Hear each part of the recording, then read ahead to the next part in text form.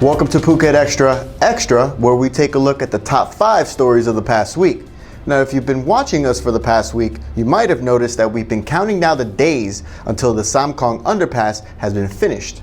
Now, we have just about 3 weeks left until traffic can go back to normal around Samkong.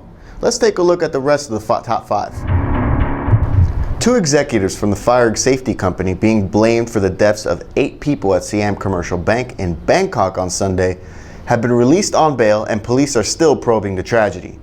The 2 executives from Mega Planet Company turned themselves in just a day after the tragic incident in which fire-retardant chemicals sucked oxygen from the SCB building.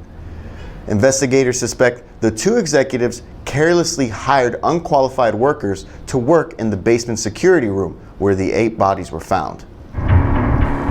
And a Thai man is entering the monk code for the rest of his life this week in order to redeem the bad karma he says he has ever since he stole a valuable blue diamond from a palace in Saudi Arabia. In 1989, Kriyankrai Techamong was working as a gardener at the palace of Saudi King Faisal bin Fahad when one night he snuck into the bedroom and stole 200 pounds of jewelry, collectively worth about 20 million US dollars. Among them was a rare 50-carat blue diamond. The man eventually served 5 years in prison for the heist, but Saudi officials allege that Thai police returned only some of the gems, which were mostly counterfeit, and that the blue diamond was still missing. Over the years, Saudi diplomats and a Saudi businessman were gunned down or disappeared in Thailand while trying to find the blue diamond, causing tensions between the 2 countries ever since. In an interview with Channel 7 this week, the man at the center of the whole affair, who originally stole the diamond back in 1989, it says he is entering the monk code and has been given the monk name that translates to "he who has diamond knowledge." Netizens are calling on police in Ayutthaya province to charge the owner of a luxury car dealership who slammed his Mercedes-Benz into another car on a highway on Sunday, killing the 2 motorists inside.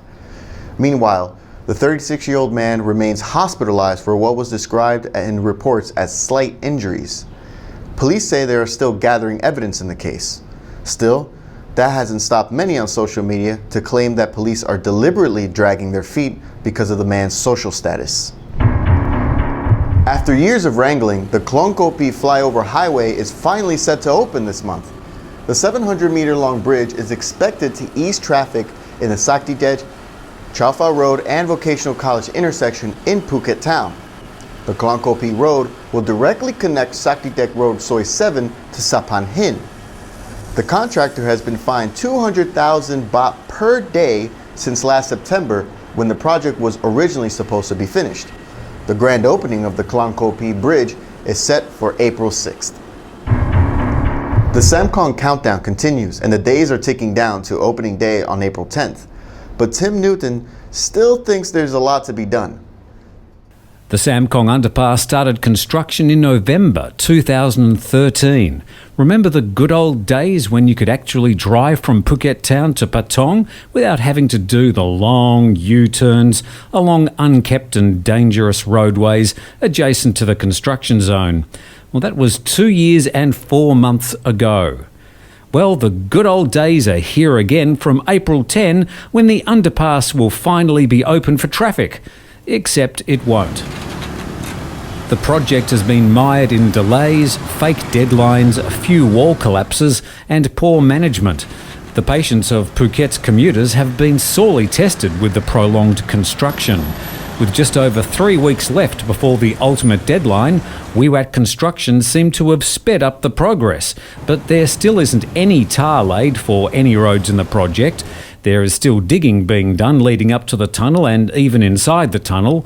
The roads around the construction area are a mess, and the integration of existing roads and the new roads hasn't even begun.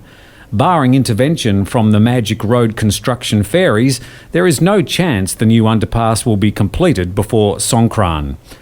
Tim Newton reporting for Phuket Extra. Well, that's it for us here on Phuket Extra. Catch us on Monday, where we're going to check out all the headlines from this past weekend. See you then.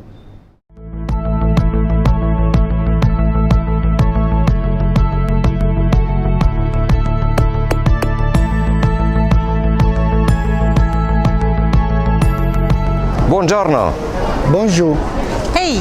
Assalamualaikum warahmatullah. Buenos dias. Nin hao. Здравствуйте. Привет. Guten Tag, ich spreche Deutsch.